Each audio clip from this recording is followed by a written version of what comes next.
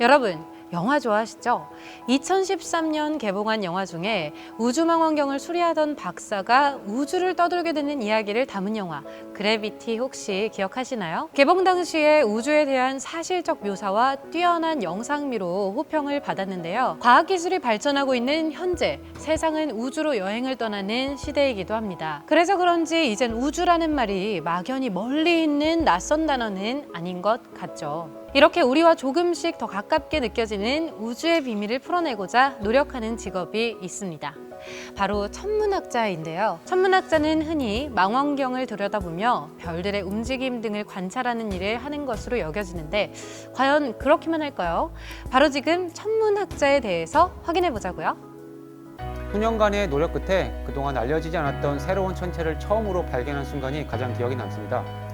누구도 본 적이 없는 천체를 이 약 100억 년 전 과거에서 오는 빛을 통해서 확인할 수 있다는 사실은 정말 기가 막힐 정도로 신기한 일이었고 현대 과학의 위대함을 보여주는 순간이었습니다.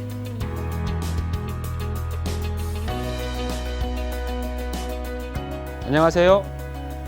한국천문연구원 책임연구원으로 근무하고 있는 천문학자 양유진입니다. 저는 망원경을 이용하여 멀리 있는 은하들을 연구하고 나사 우주 미션인 스피엑스 우주망원경 개발, 그리고 연구 준비, 거대 마젤란 프로젝트 참여, 관측 자료 처리 분석과 시뮬레이션, 새로운 관측기기 개발 등의 업무를 하고 있습니다. 저는 어렸을 때 굉장히 좀 시력이 안 좋았었습니다. 그런데 고등학교에 들어가서야 이제 안경을 시작해서 밤하늘을 제대로 본 것이 아마 그 당시 야간 자율학습이라는 걸 마치고 집으로 돌아갈 때였습니다. 그때 그 어두운 밤 거리에서 밤하늘을 처음 보고 매우 강한 인상을 받았고 이렇게 천문학자가 되어서 이렇게 무한하게 펼쳐진 우주를 한번 탐구해 보겠다는 그런 꿈을 가지게 되었습니다. 천문학자로서 일을 할 수 있는 분야는 매우 다양합니다. 예를 들어서 대학의 천문학 전공 교수, 국공립 또는 사립연구소 연구원, 국내외 천문대회 직원, 여러분이 친숙한 과학반의 천문학 담당자 또는 과학정책 관련 공무원, 그리고 지구과학 선생님 등이 있습니다. 다만 천문학의 경우에는 이런 박사 학위를 받은 후에도 보통 3년에서 5년 동안 박사학 과정이라고 불리는 포스트닥터라는 전문적인 훈련 과정을 거치는 것이 일반적입니다. 저희 같은 연구원들에게 또는 천문학자들에게 첫 번째 일이라는 것을 정의하는 것은 조금 애매합니다.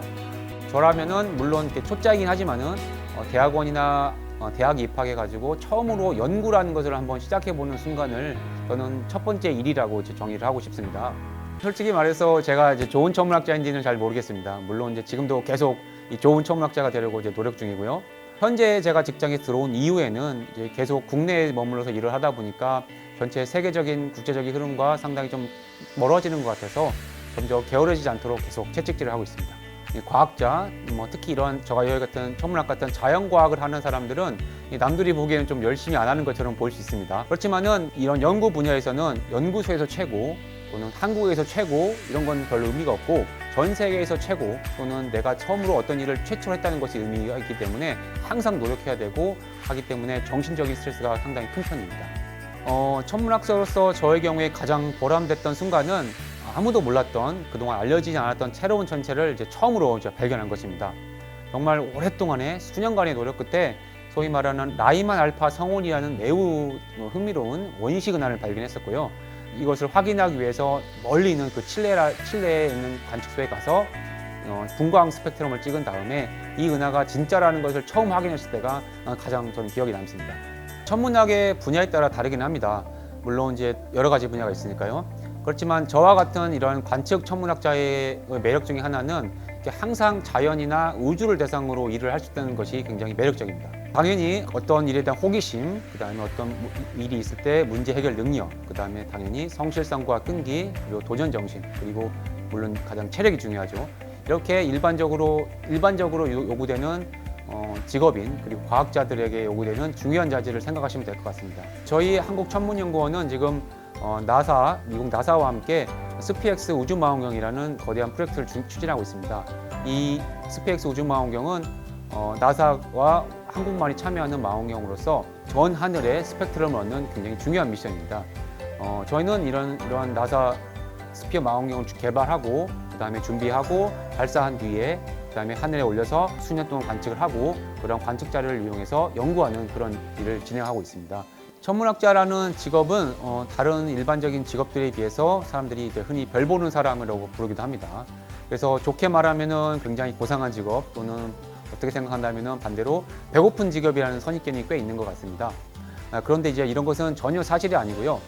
다른 자연과학이나 공학 분야와 같이 굉장히 비슷하다고 생각하시면 될 것 같습니다. 그래서 밤하늘이나 우주에 관심 있는 학생들이라면은 천문학자라는 직업에 도전해보는 것을 적극 추천합니다.